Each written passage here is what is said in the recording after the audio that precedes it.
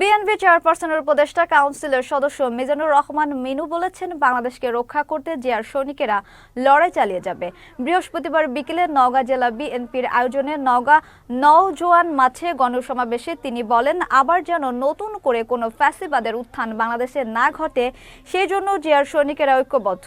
জেলা বিএনপির আহ্বায়ক আবু বকর সিদ্দিক নানুর সভাপতিত্বে সমাবেশে বিএনপির কেন্দ্রীয় সহ সমবায় সম্পাদক নাজমুল হক সনি, জেলা বিএনপি সাধারণ সম্পাদক জাহিদুল ইসলাম ধলু ও যুগ্ম আহ্বায়ক শহীদুল ইসলাম টুকু সহ বিএনপির অঙ্গ ও সহযোগী সংগঠনের নেতাকর্মীরা উপস্থিত ছিলেন।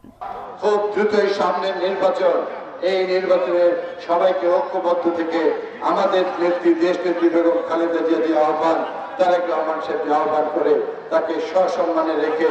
আমরা আমাদের জীবনের সমস্ত কৌশল সমস্ত কিছু দিয়ে আমরা জনগণের যেন আস্থা অর্জন করে তাদের হৃদয়ের মাঝে স্থান পেয়ে আমরা যেন সবাই যেন জয়লাভ করতে পারি।